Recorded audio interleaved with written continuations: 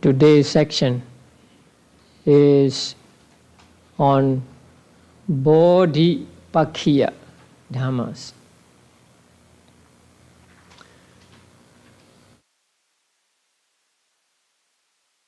Most of the things taught in this section are familiar to you. They are mindfulness, supreme effort, and so on. Now this section is called Bodhipakkhya-saṅgaha, or the compendium of requisites of enlightenment.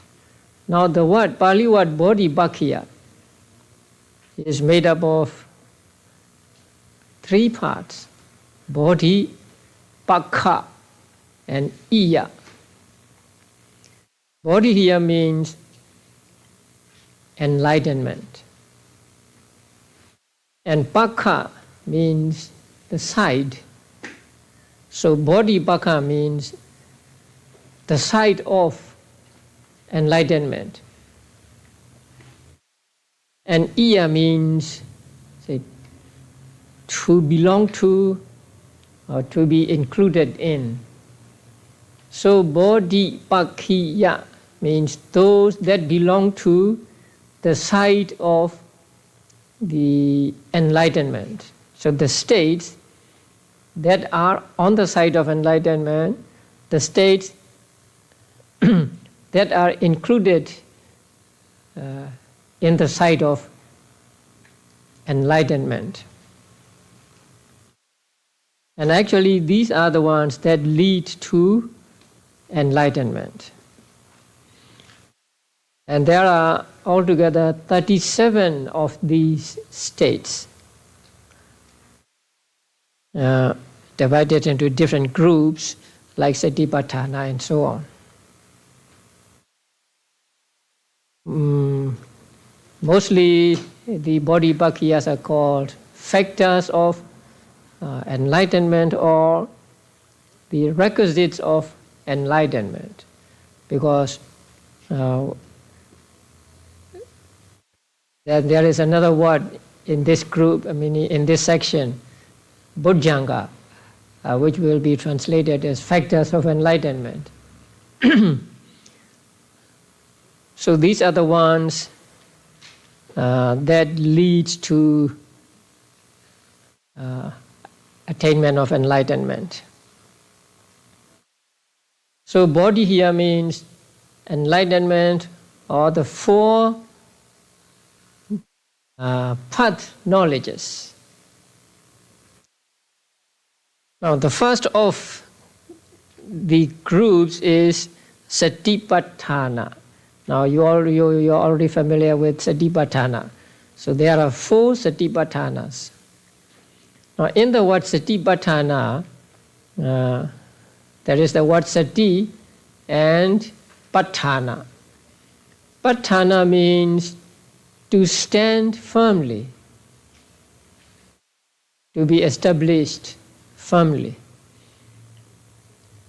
So Satipatthana means sati, which is established firmly, or which stands firmly.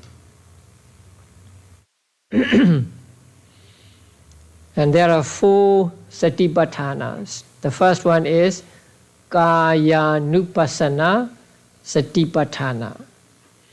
Now in the word Kaya-nupassana, there are two words, Kaya and Anupassana. Kaya here means the body as we usually know it, and also the body of breathing in and breathing out. So Kaya-nupassana means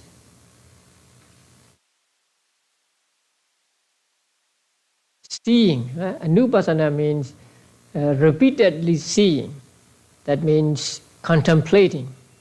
So contemplation on the kaya, on contemplation on the body. So the body here means both the physical body and the body of breathing in and breathing out, or the whole of breathing in and breathing out.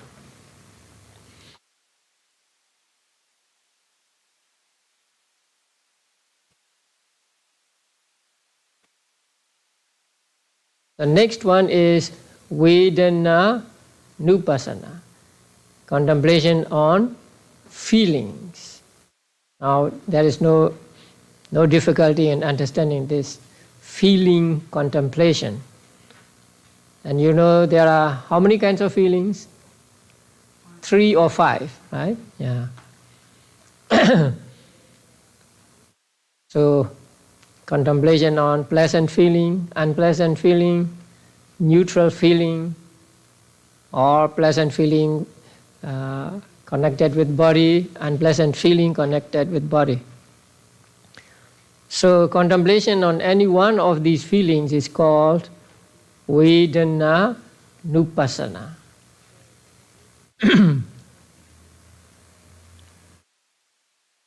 The third one is Citta Nupassana, contemplation on the citta, different types of consciousness. I hope you are familiar with the discourse on the foundations of mindfulness. So Citta Nupassana there is described as knowing citta accompanied by attachment as citta accompanied by attachment, and so on.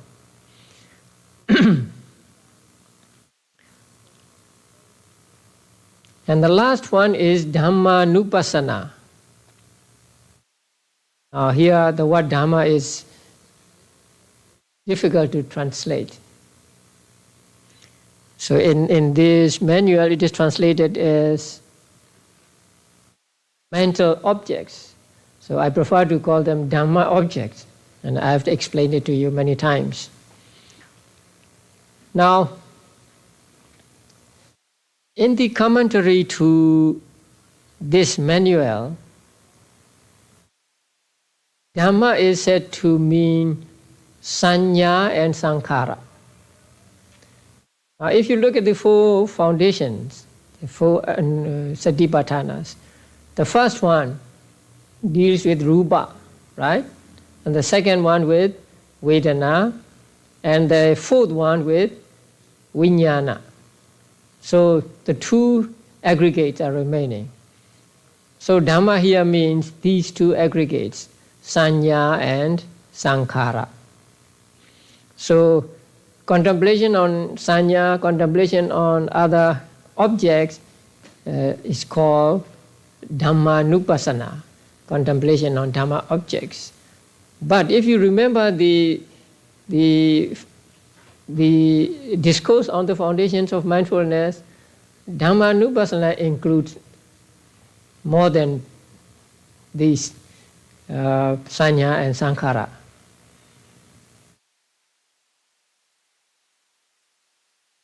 In Dhamma Nupassana section, how many do you remember? Nivaranas, right? I mean hindrances, and then aggregates of clinging, bases,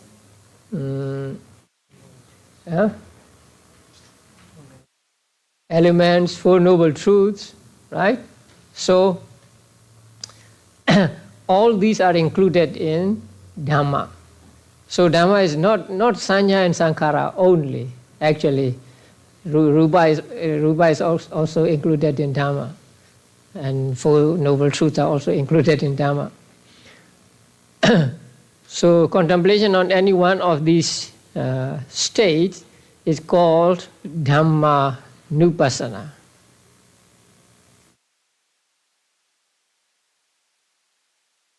So there are 4 Satipatthanas, but in essence, in reality, 4 Satipatthanas are identical with Sati, mindfulness.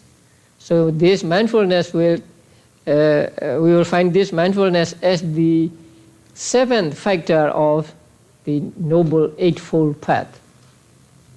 There are 8 factors in Noble Eightfold Path, And the seventh of them is Sammasati. So there it will be called Sammasati, and here it is called Satipatthana. So these are the four contemplations, or four setting up of mindfulness, or four foundations of mindfulness.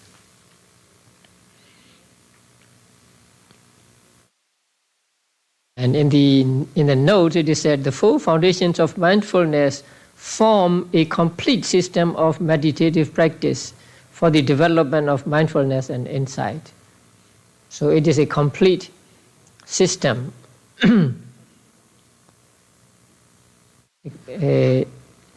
of mindfulness or meditative practice, and this mindfulness is. And you all know that you can read about mindfulness in detail in that discourse on the foundations of mindfulness. The next group is Sammapadhana, supreme efforts. Now, here also Samma and Padhana. Samma means in the right way, and Padhana means making effort. So making effort in the right way is called Sammapadhana. So, but here it is translated as supreme effort. And the names of these Sammapadhanas are long. Uppannānaṁ pāpakānaṁ pahanaya vayamo. Vayamo means effort, virya. Vayama and virya are synonymous. Uppannānaṁ pāpakānaṁ pahanaya. Pahanaya means to discard or to remove. Papakana means of evil states. Uppannāna means that have arisen. So it is the effort to remove or to abandon evil states that have arisen. That means the abandonment of akusala you did in the past. So making effort to abandon the akusala you did in the past is called, say, Sammapadhana. Uppannānaṁ pāpakānaṁ pahanaya vayamo. Now how can one get rid of akusala, the past akusala? It's already done. Right? So what is meant here is you do not feel guilty about that akusala you did in the past. So if you feel guilty about that, you will increase your akusala. So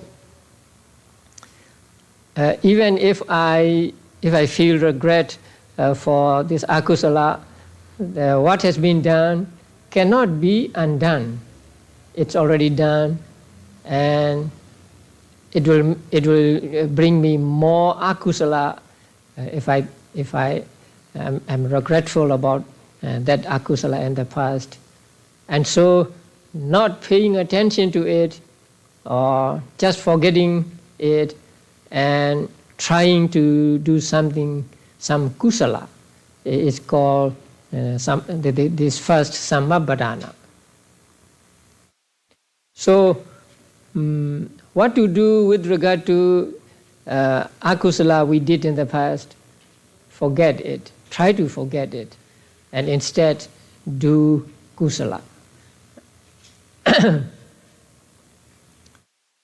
The second one is Anuppannānaṁ pāpakānaṁ anuppadāya vayamo. Anuppadāya means for not arising. Pāpakana means of evil states, and anupanana means those that have not arisen. So it is an effort for not arising of evil states that have not arisen. Here, that have not arisen means that is not arising right at this moment. That is not arisen in your mind. And also, akusala, that has not arisen in you regarding some particular object. When we see some desirable object which we have not seen before, we may have attachment to that object. So that kind of akusala is called anupanna akusala. So here, akusala that has not arisen means akusala that is not in our mind right now, and also akusala that has not arisen in our mind regarding some object. So anupanana, I mean, the effort to prevent the arising of unarisen evil states is one samabhadana. So we try to prevent akusala from arising by practice of kusala, by practice of 10 kusala karmas taught in the 5th chapter, or by practice of samatha and vipassana. And the third one is anupananam kusalanam upadaya vayamo. Effort for the arising of wholesome states that have not yet arisen. So kusala, which is not yet arisen in our minds before, like meditation, like samatha, vipassana, and magga. So these are those that have not arisen in our minds before. And for their arising, you make an effort, and that effort is samabhadana. So when you practice meditation, you are having this samabhadana. You are trying to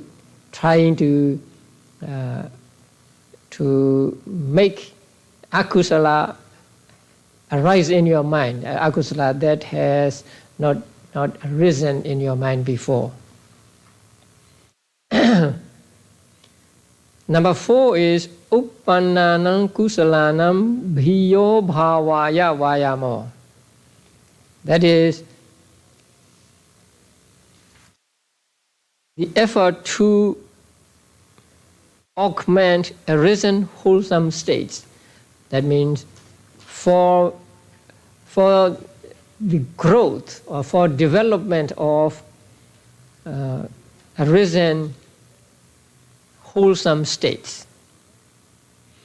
Now, suppose you are practicing meditation, and so you have some say vipassana kusala, but you try to practice more vipassana, and so that effort is called samabhadana.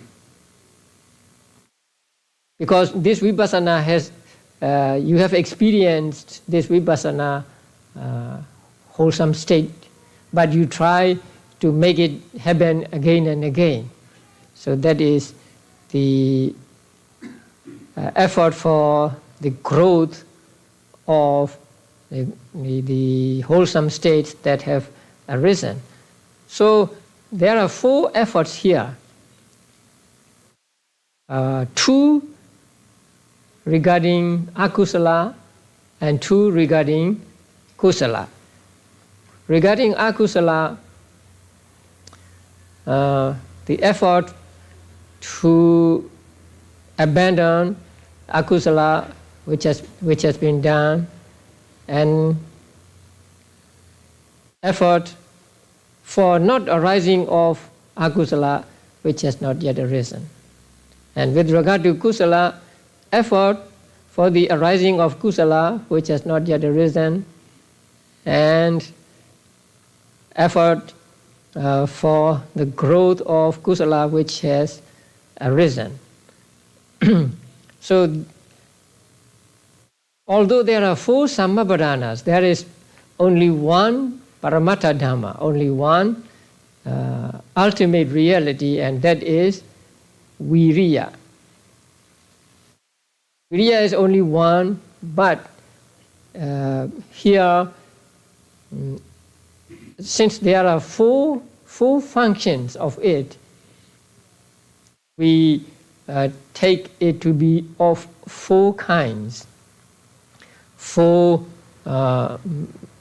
making efforts, or for the supreme efforts. So in reality, or in real ultimate reality, all these 4 are just one mental factor, which is viriya.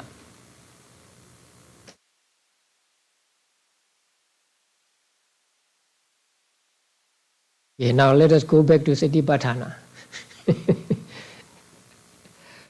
Why are there 4 Satipatthanas?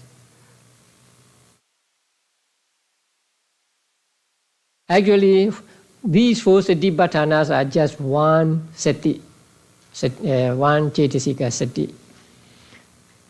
One Cetasika sati is said to be 4 Satipatthanas here because there are 4 kinds of objects. Body or kaya, feeling, vedana, consciousness, citta, and dhamma objects. And there are 4 kinds of understanding them. We must understand kaya as not beautiful, non-beautiful. Understand means we must see through practice. And we must understand vedana as dukkha. Whether it is pleasant vedana or unpleasant vedana, we must see it as dukkha. And with regard to citta, we must see it as impermanent. If you pay attention to your thoughts, one thought coming in and then it goes away, the other thought coming and going, you see that at every moment there is a new thought or new consciousness. So, what people take to be one continuous mind is actually not one continuous mind. It is made up of these small, very brief moments of consciousness, say arising and disappearing, arising and disappearing. So, with regard to citta, we must understand it to be impermanent.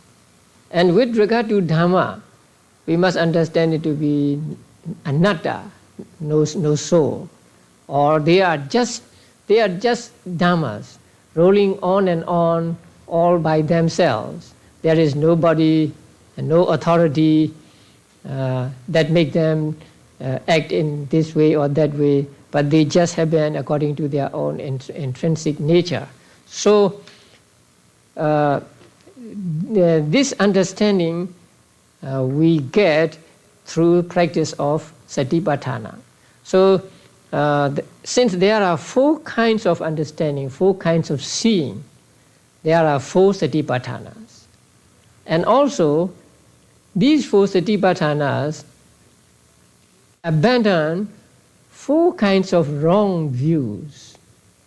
It's called, let us call them distortions. Now, with regard to kaya, we think that kaya is beautiful. People are now trying to be beautiful by doing exercises and so on, and then saying to them, my body is beautiful, or something like that. But according to the teachings of the Buddha, it's not beautiful, it is non-beautiful, right? And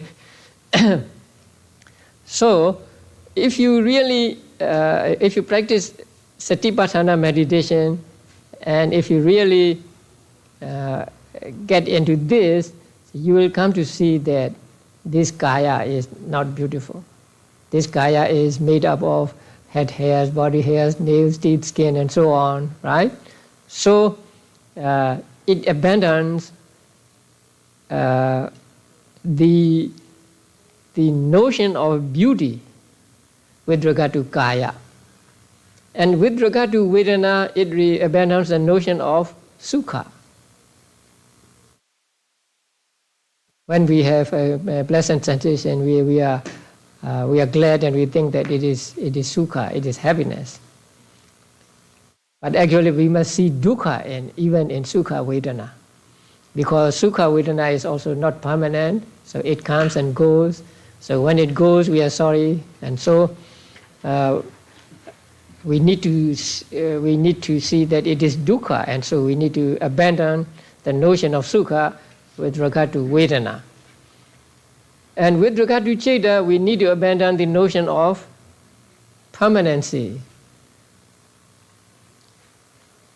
If we don't practice meditation, and if we don't think about the Dhamma, we still think that our minds are permanent, some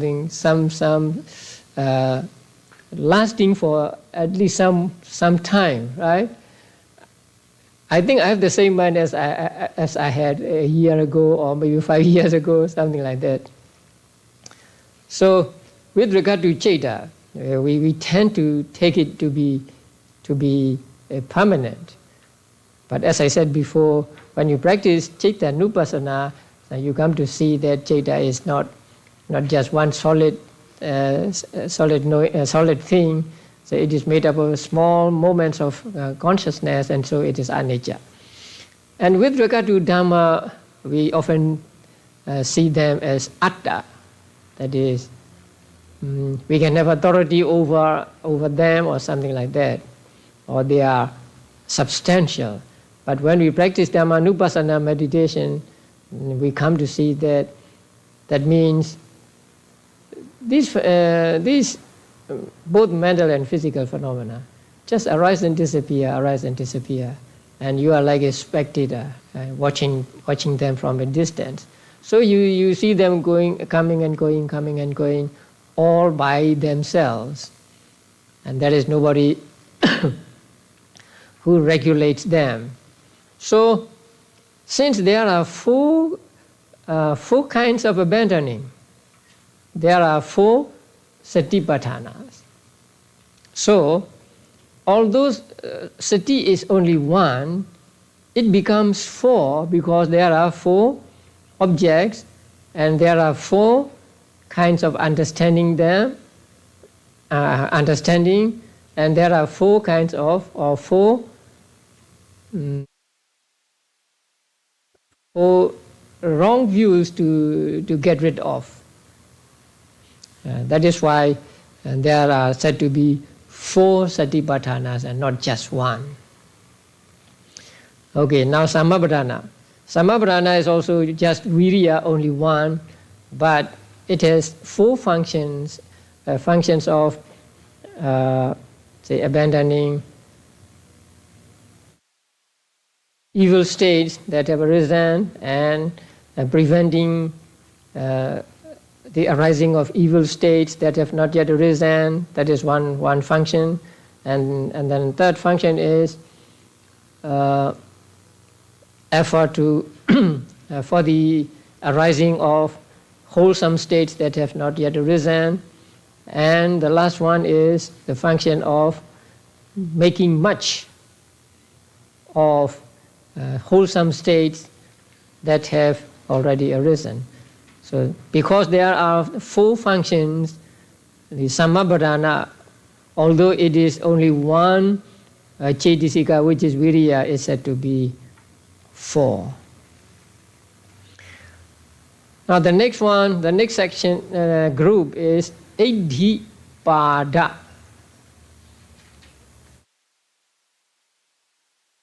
Abhidhamma, how is it translated? Accomplishment, means to accomplishment.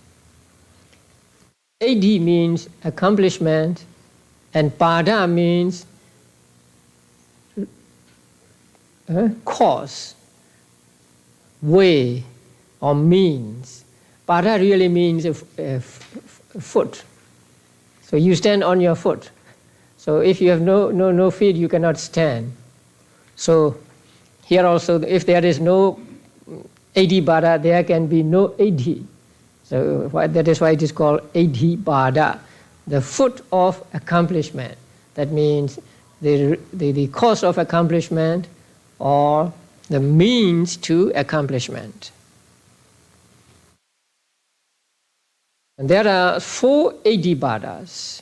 Chandadippada, Chanda Abhidhamma. Chanda, which is Abhidhamma, or Abhidhamma, which is Chanda. You all know Chanda.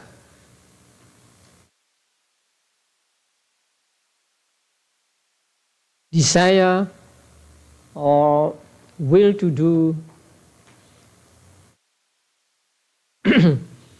So Chanda is one of the factors or one of the means to accomplishment. When you have a strong Chanda, say you can achieve many things. And the second one is Viriyadippada, Viriya Adippada.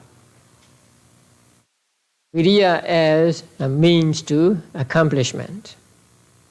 And the third one is Chaitadippada, Chaita as means to accomplishment. And the fourth is Vimansadippada. Vimansa means panya. So panya as means to accomplishment.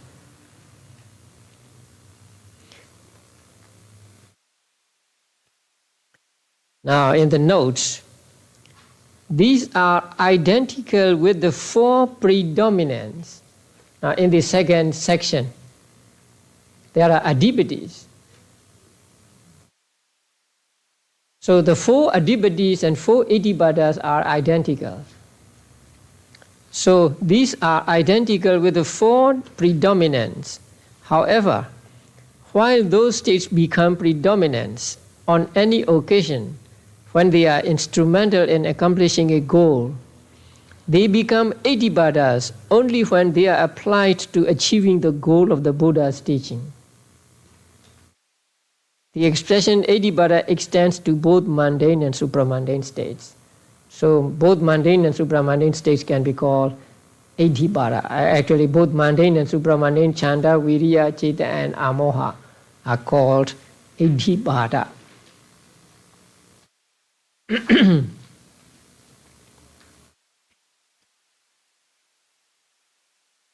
So here, AD does not mean what do you call that? Miracle. Huh? It is just accomplishment of jhana, accomplishment of magga, accomplishment of phala. So Chandadippada is the Cetasika Chanda, Viriyadippada is the Cetasika Viriya, Chaitadippada is the 89 or 121 Chaitas, and Vimansadippada is Amoha.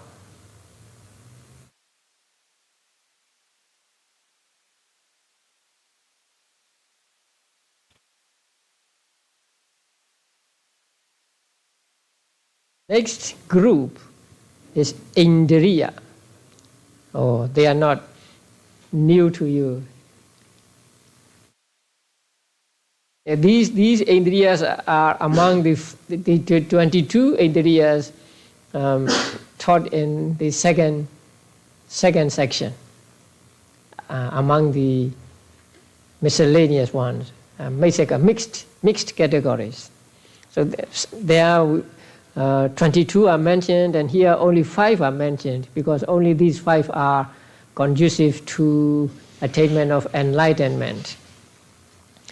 The first one is Saddhindriya. So Indriya means what? To have authority. But they are translated as faculties.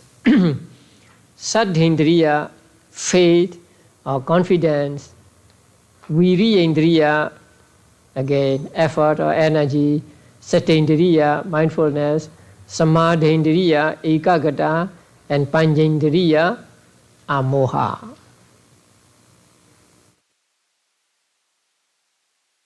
In the notes,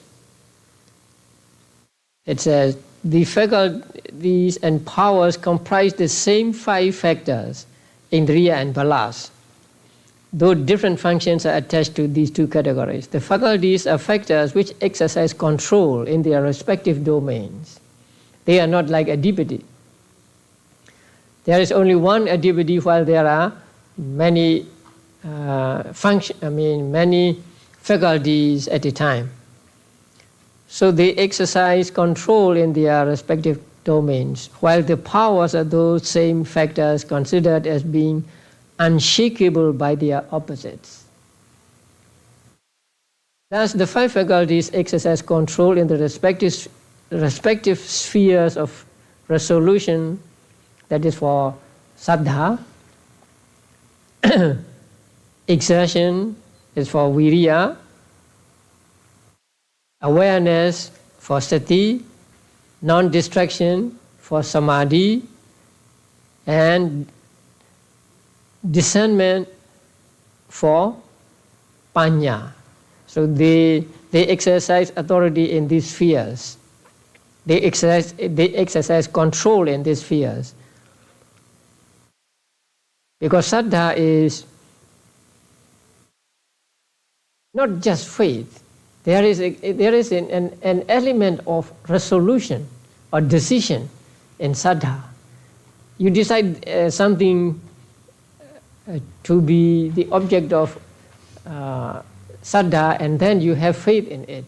So there is a kind of an element of decision in saddha. So here it says exercise control in the respective spheres of resolution. And then viriya, exertion, sati, awareness, samadhi, non-distraction, and panya, discernment or understanding. So the 5 powers are these same states considered as unwavering and as incapable of being overcome by their opposites. Now, this paragraph is for both indriya and balas.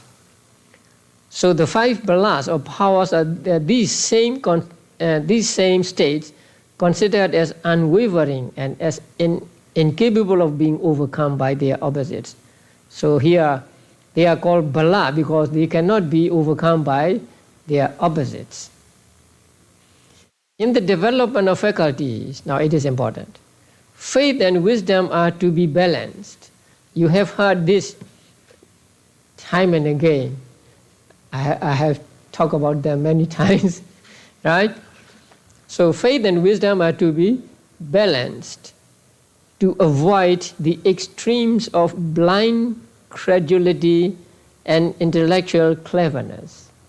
Now, if you have too much faith, you believe in everything.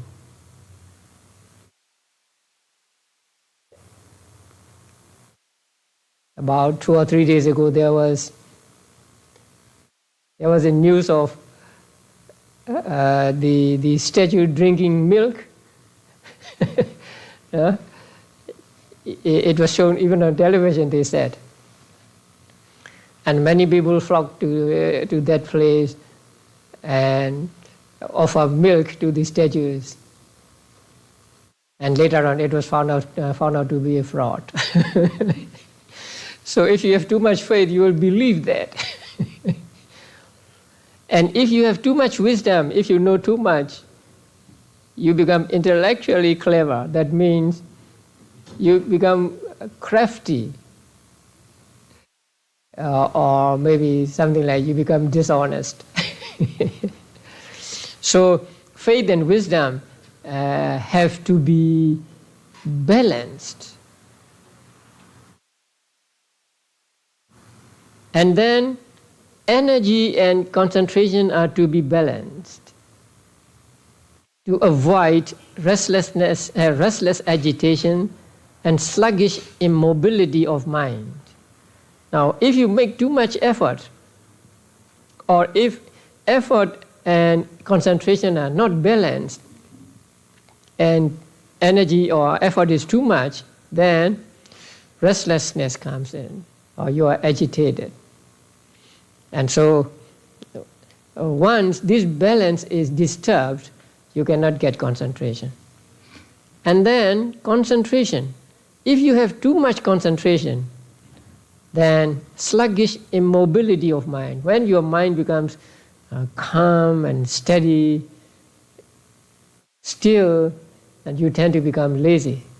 So it is conducive to sluggishness of mind. And when it becomes sluggish, you begin to lose the object, because you kind of become sleepy and you want to go to sleep. So energy and concentration are also to be balanced. And I think during the practice of meditation, this is more important than balancing of faith and wisdom, because you already have enough faith, and you already you're trying to get understanding or wisdom.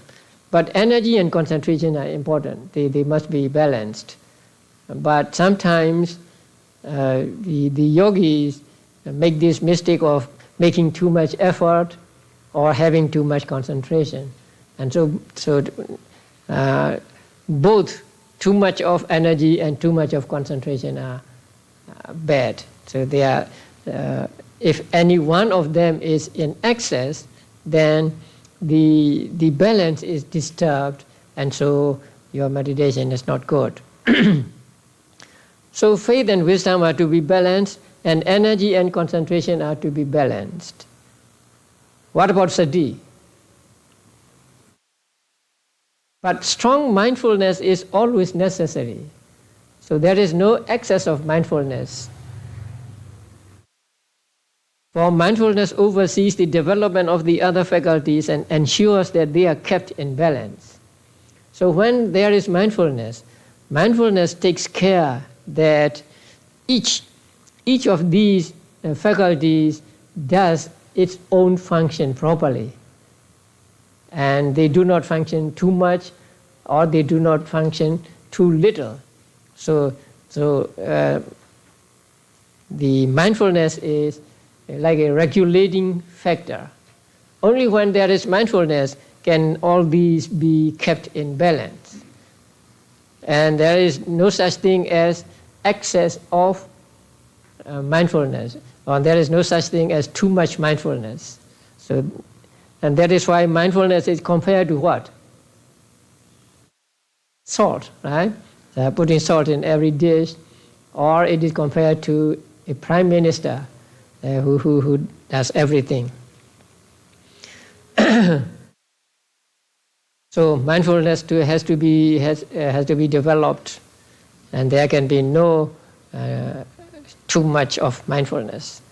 So when these say 5 faculties are well balanced, then your meditation is good.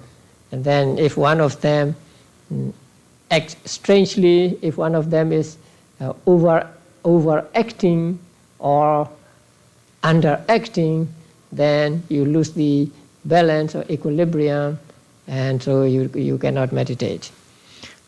So these 5 are those that lead to, or that are conducive to, the attainment of enlightenment, and so they are here called bodhipakkhya.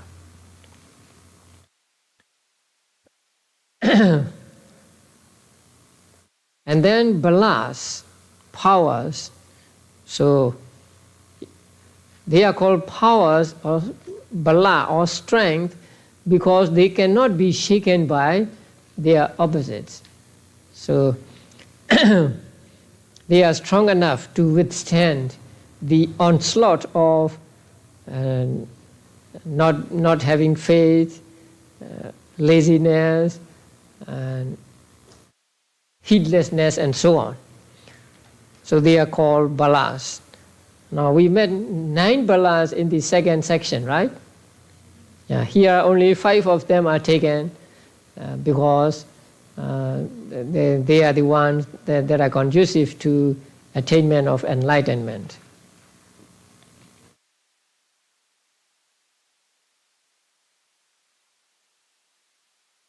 Now next group, Bojjhangas, or all familiar states. There are 7 of Bojjhangas. Now Bojjhanga, the word Bojjhanga is a combination of 2 words, bodhi and anga. Bodhi is explained as meaning one who knows, or one who has enlightenment, and also a group of mental states that helps one to get enlightenment, or that are instrumental in achieving enlightenment. So they are called factors of enlightenment, because anga means constituents or parts. And as you know, there are 7 factors of enlightenment, and the first one is sati sambojjhanga. The individual factors are called sambojjhanga. The word sam is added, the prefix sam is added there. So we have sati sambojjhanga, dhamma vicaya sambojjhanga, and so on. So bojjhanga and sambojjhanga are actually the same. The prefix is maybe for the intensification of the meaning of the root. So for practical purposes, bojjhanga and sambojjhanga are the same. So the first one is sati sambojjhanga. Sati, which is a factor of enlightenment, or which actually leads to enlightenment.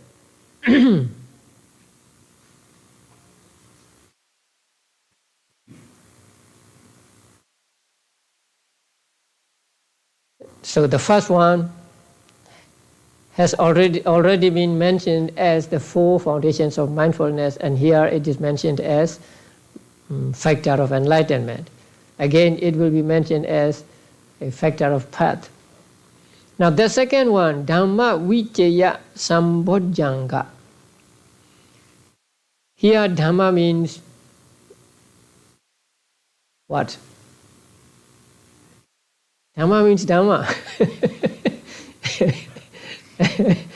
Now, these sambojjhangas are explained in the commentary as those that accompany vipassana. So the sati and others that arise during the practice of vipassana are called sambojjhanga. So dhamma here means what? It must be the object of vipassana.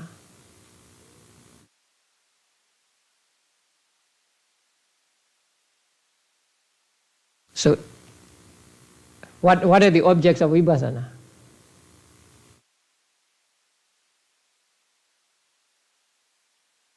Mundane, Cheta, Cetasika, and Rupa, right? Vipassana does not take supramundane as object. Why? Vipassana tries to see the impermanent nature, suffering nature, and soulless nature of things. You cannot practice vipassana on nibbana. So dhamma here means, say, 5 aggregates, 5 aggregates of clinging. And vicaya is translated as investigation, thinking about it, right? So it is something like investigation. But here, Dhamma Vicaya means not just investigating, but understanding. So understanding of the 5 aggregates of clinging. That is Dhamma Vicaya. So Dhamma Vicaya is described as Panya accompanying Vipassana.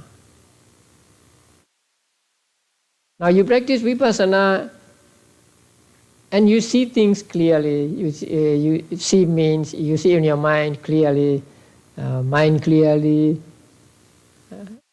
matter clearly, and you see the mind and matter arising and disappearing, and you see that there are only mind and matter arising and disappearing and nothing more, like atta and so on. So when you see in this way, you are said to have this Dhamma Vicaya Sambojjhanga. You are understanding the Dhammas, you are understanding the 5 aggregates of clinging. So although it is translated as investigation, or although the Pali word is also Vicaya, here we mean understanding, not just thinking of it or not just investigating. So in the notes it is said, investigation of states is a designation for wisdom, panya, insight into mental and material phenomena as they really are.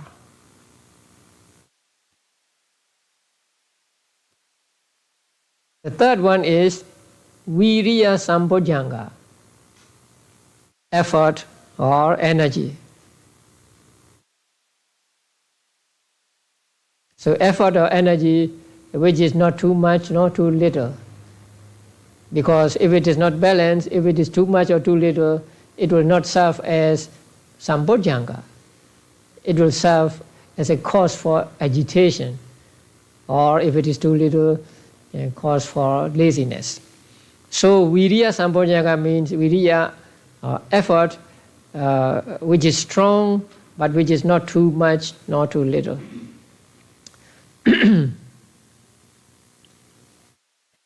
And then what? Piti Sambojjhanga. So joy or zest. So piti which arises during the practice of meditation is called piti Sambojjhanga.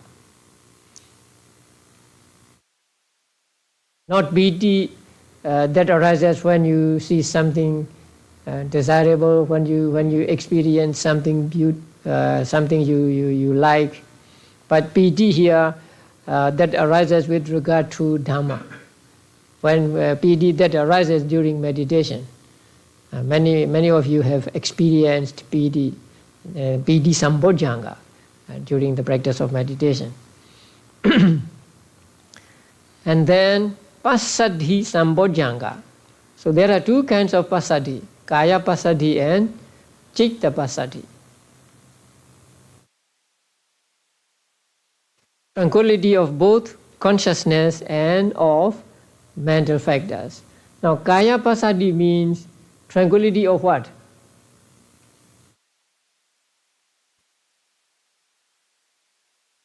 Tranquility of Cetasikas.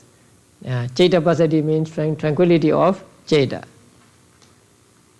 So this tranquility also is Sambojjhanga when it arises to a person who is practicing Vipassana meditation. And then Samadhi Sambojjhanga.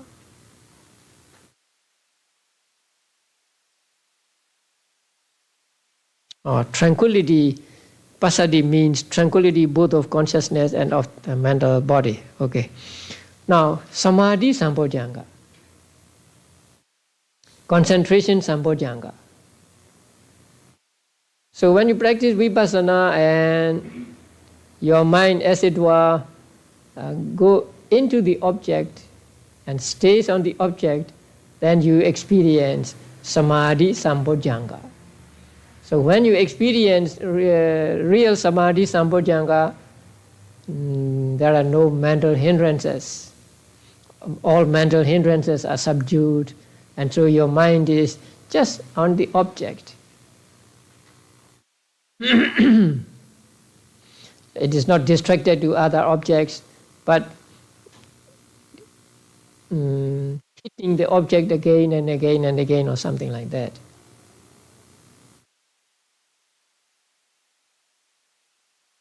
And then the last one is upikha sambojjhanga. Now, I have told you, whenever you find the word upikha, be careful. It may mean vedana upikha or neutrality upikha. So here, equanimity upikha means mental neutrality, tatra majjatata. So it is one of the 19 cetasikas that are common to all sobhana chetas.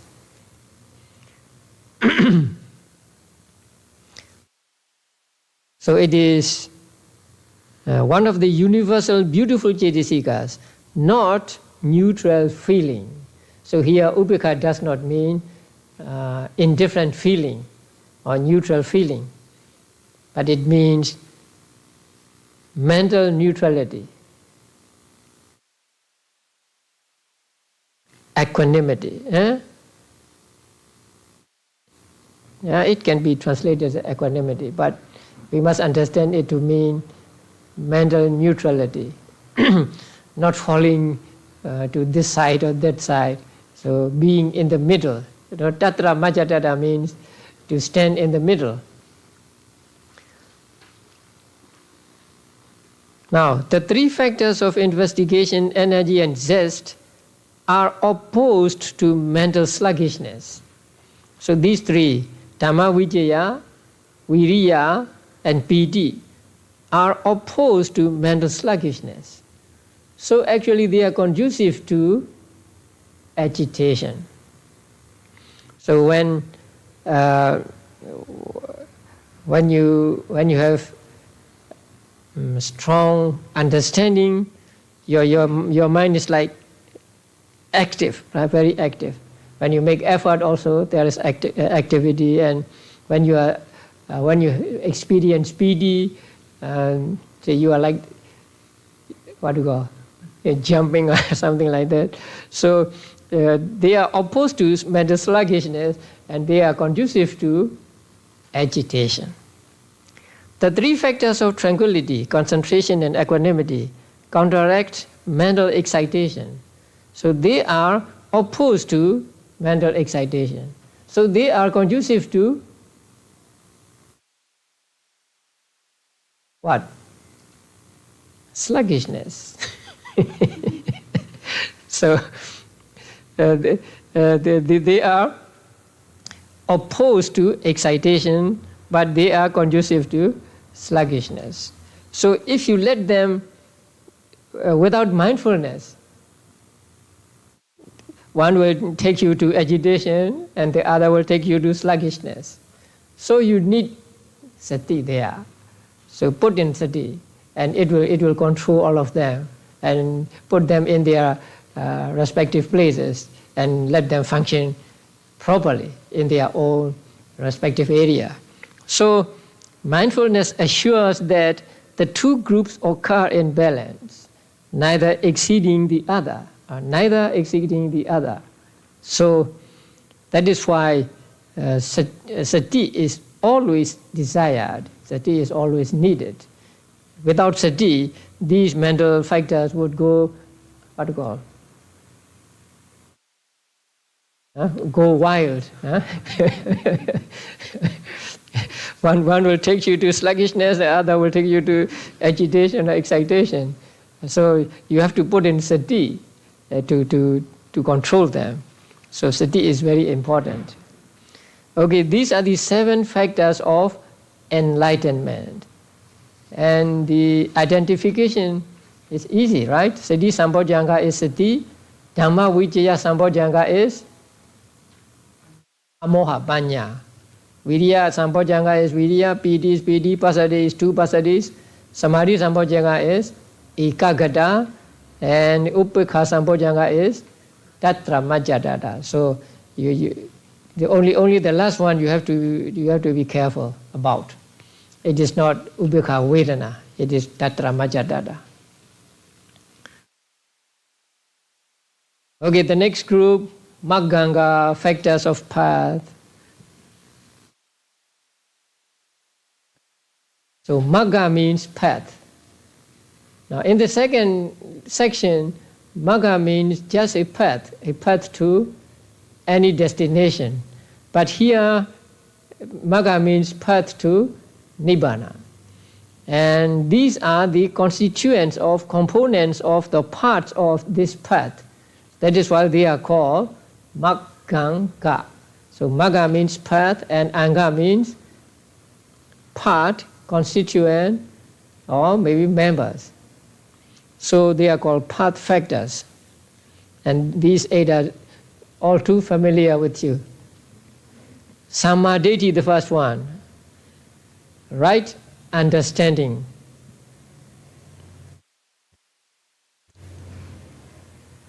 So Sammaditi here is the same as Dhamma Vicaya among the Sambojjhangas. Understanding the Four Noble Truths, understanding the law of karma, and understanding the anicca, dukkha, and anatta nature of mind and matter. All this is called Sammaditi. Later on, here Magganga, right? Okay, and then the second one is Samma Sankappa. Samma Sankappa is translated in the manual as right intention. Now we usually say translated as right thought. Whether it is translated as right thought or right intention, actually it is the mental factor vitakka. Vitakka is called Samma Sankappa here. So its function is to take the consciousness to the object. But in the Mahasatipatthana Sutta and in many places, it is explained as what? Thoughts of renunciation, thoughts of goodwill, and thoughts of harmlessness. That means thoughts of not killing and thoughts of not being cruel to other beings. Actually, it is the vitakka, initial application, directed towards these things, renunciation and so on. Samma vaca, right speech, that is abstention from 4 kinds of wrong speech. And Samma kammanta, right action, abstention from 3 kinds of wrongdoing. And Samma ajiva, right livelihood, abstention from 4 kinds of wrong speech and 3 kinds of wrongdoing, which are one's livelihood. Samma vayama, right effort. It is virya. So there can be wrong effort. So that is why it is say here, it is said as right effort. Wrong effort will accompany which cetas? Akusala cetas. And Samma sati, now sati again. And the last one, Samma samadhi, ekagata, or concentration.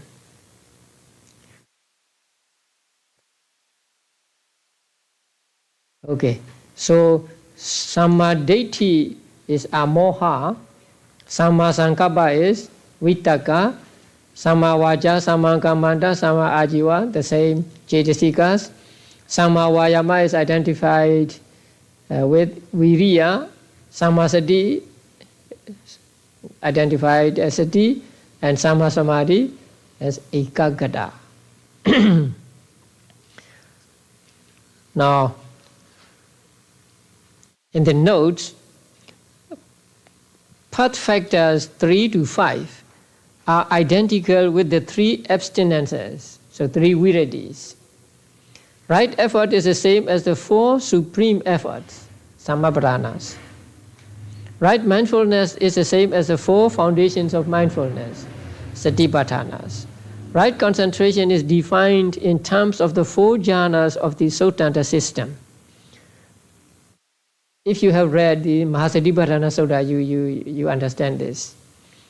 In the Mahasatipatthana Sutta, in the section on Dhammanupassana, the definitions of these 8 factors are given. So when Buddha gave the definition of Samma Samadhi, Buddha described the 4 jhanas. 4 jhanas according to fourfold method. So strictly according to that definition, Samma Samadhi means jhana samadhi.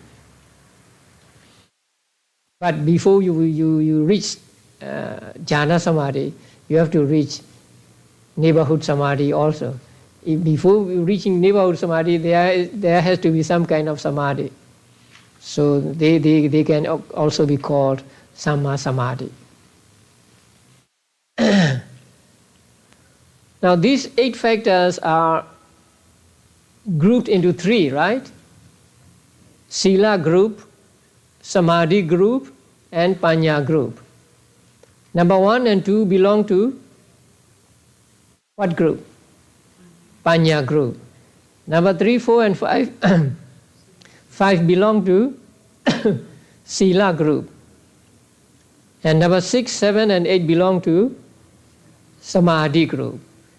Now, number 6 and number 7 are conducive to number 8.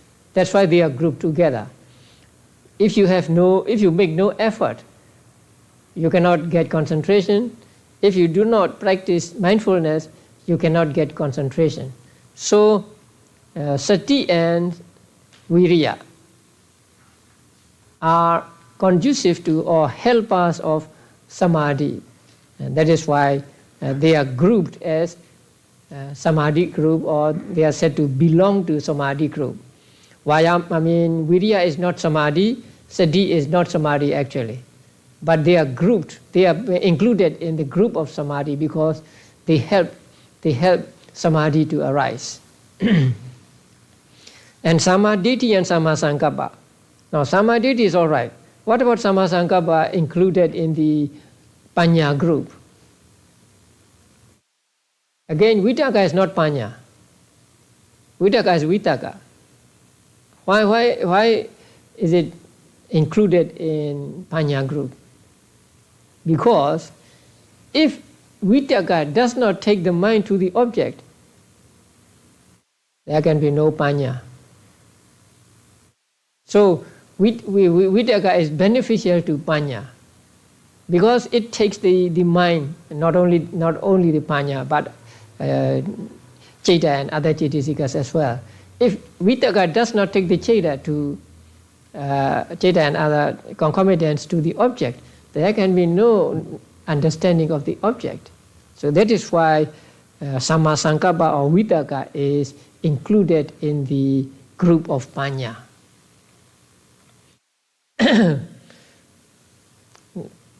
So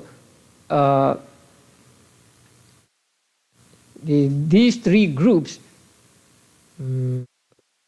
form the 3 steps of practice to be undertaken by a follower of the teachings of the Buddha. So you practice sila, and then practice samadhi, and then practice panya. Now, when you are practicing vipassana meditation, how many of them are in your mind? All 8? Huh?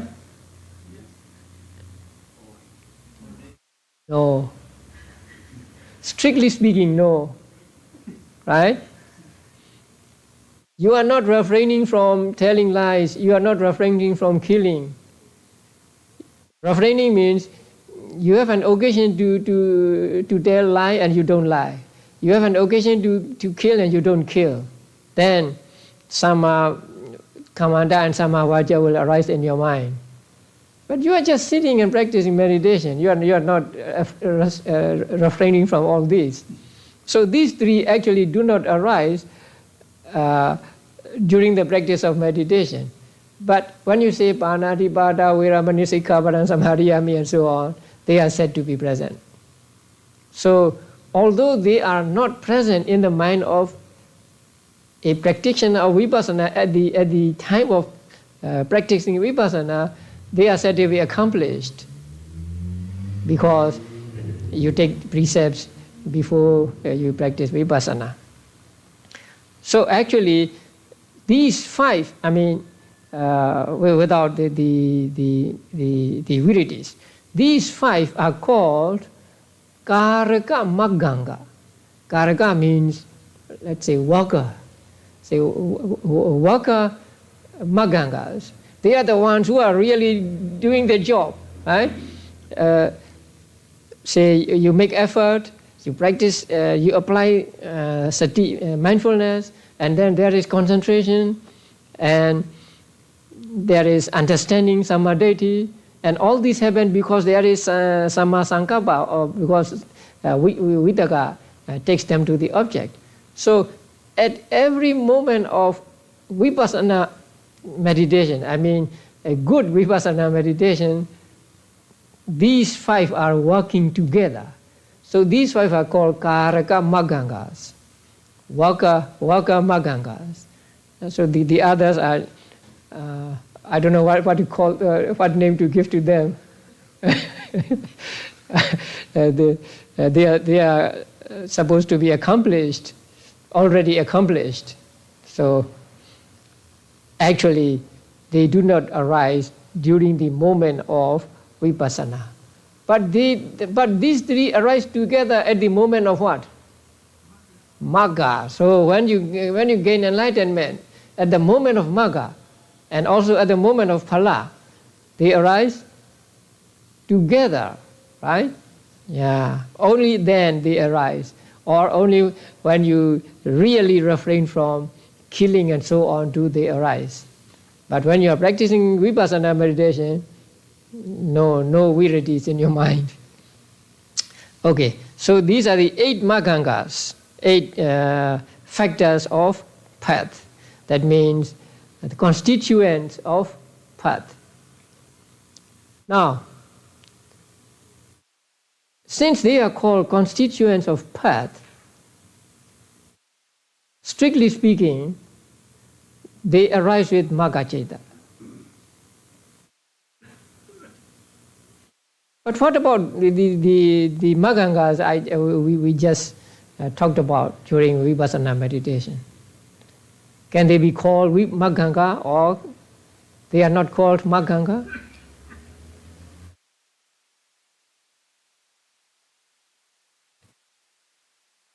Strictly speaking, they are not Magganga when we practice Vipassana, right? But they are called Pubbabhaga Magganga, or Lokiya Magganga, mundane Magganga. The real Maggangas are supramundane Magganga. These 8 that accompanies a Magga-citta. But these 8 or the 5 that accompanies Vipassana citta are also called Magganga. And they are the preliminary to the real Magga. And so they can also be called Magganga. So we have to understand there are two kinds of Maggangas. Lokiya, mundane Magganga, and supramundane Magganga. We practice mundane Magganga in order to get supramundane Magganga. We cannot practice supramundane Magganga, right? Actually, supramundane Magganga is a result of the practice of mundane Magganga. Okay. Now let's go to the last verse, Sabbe Lokutare, all these occur in the supramundane, except at times intention, vitaka, and zest, piti. All these occur in the supramundane. All these 8 factors arise with Magga Citta and Phala Citta, except at times, that means sometimes, vitaka and piti not. That means with second jhana, lokuttara citta, vitaka does not arise, right? And also with third, fourth, fifth lokuttara citta, vitaka does not arise. And piti does not arise with fourth and fifth jhana lokuttara cittas. So that is why, except at times, intention and zest. So vitaka and piti arise with some lokuttara cittas, but not with all lokuttara cittas. In the mundane, too, they occur in the course of the sixfold purification, according to circumstances. Sixfold purification we will study in the 9th chapter. 9th chapter, the section on vipassana meditation. So in that section, the 7 stages of purity are mentioned. The last stage of purity is Magga, and the first 6 are vipassana. Actually, the first is not vipassana, because the first purification is purification of sila. So they occur in the course of sixfold purification. That means in the course of your practice of vipassana, these maggangas will arise in the mundane cittas, because when we practice meditation, the vipassana cittas are all mundane cittas. So in the mundane, they occur in the course of the sixfold purification, according to circumstances. Sometimes, or sama vaca, sama kamanta, and sama ajiva are not present in the minds of the practice, in the minds of yogis who are practicing vipassana meditation.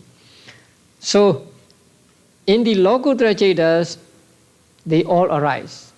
But in the lokiya cittas, in the course of the sixfold purification, they will arise according to circumstances. Okay. Now let us go to the sheet. This sheet. Actually, you'll have to draw the what do you call the diagram like that. So here, Satipatthana, Sammabhadana, Adhibada, Indriya, Bala, Bojjhanga, Magganga. And then on the left, Virya and so on are given. Now, in this section, only 14 states are treated.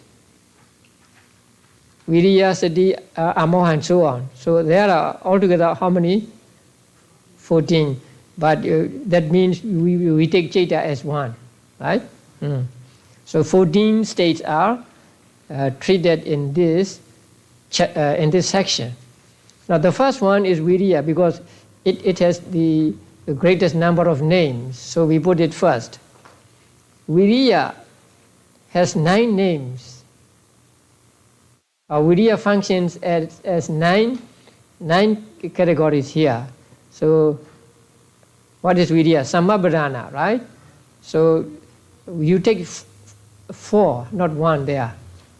And then Adhibada, Virya Adhibada, Indriya, Virya Indriya, Bala, Virya Bala, Bojjhanga, Virya Sambojjhanga, and Magganga, Samma Vayama. So 1, 2, 3, 4, 5 plus 4, 9. Right? Okay, Sati, how many? 8. So Satipatthana 4, and then Indriya, Satindriya, Bala, Sati Bala, Bojjhanga, Sati Sambojjhanga, and Maganga, Samma Sati. Altogether 1, 2, 3, 4 plus 4, 8. Amoha Panya 5. Adibara. What Adibara? Vimansa. No? Vimansa Adibara, and Indriya, Panyendriya, Bala, Panya Bala, Bojjhanga, Dhamma Vichaya, and Maganga, Sammaditthi. So 5 names.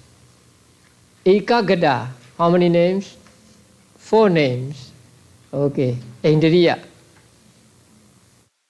What Indriya? Ekagata. Samadhi Indriya, not Sati. And Bala, Samadhi Bala. Bojjhanga, Samadhi Sambojjhanga. And Maganga, Samma Samadhi. 4. And then what? Saddha. Indriya, Saddha Indriya, and Bala, Saddha Bala. Only 2. And the remaining are only, have only 1 name. So Vitaka, Maganga. What is Vitaka? Samma Sankappa. Passaddhi, Bojjhanga. Passaddhi Sambojjhanga. Pidi, again, Pidi Sambojjhanga. Tatra Majatata, Upekha Sambojjhanga. Chanda, Adibara. Citta, Adibara. Samavacha, Samakamanta, Sama Ajiva, 3 Magangas. So the Saddha and others have only 1 name each. And Viriya has the greatest number of names. Viriya has 9, Sati 8, Panya 5, Samadhi or Ekagata 4, Saddha 2. So on the 14 states are treated in this chapter, and each state is included in a certain number of categories. So there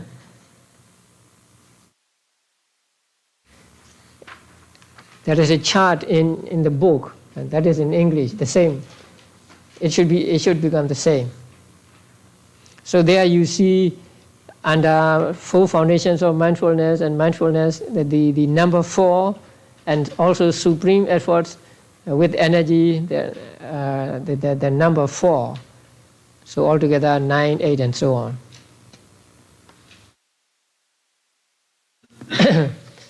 So this chapter deals with only those states that are conducive to the attainment of enlightenment, or conducive to body. So they are called bodhipakkhya. And there are said to be, or there are 37 bodhipakkhya dhammas. Now please be familiar with these 37, because if you read the commentaries, you will find them mentioned again and again. In the Dhammavada also sometimes Dhamma means 37 factors of enlightenment and so on. So can you tell me just the headings of these states? Satipatthana, or if you can say it in English, it's okay. 4 foundations of mindfulness, supreme efforts, means to accomplishment, faculties, powers, factors of enlightenment, factors of path. Right. I want you to be familiar with these Satipatthana, Samapana, Adhivara, Indriya, Bala, Bojjhanga, Maganga. So 37 Bodhipakkhya Dhammas. Okay.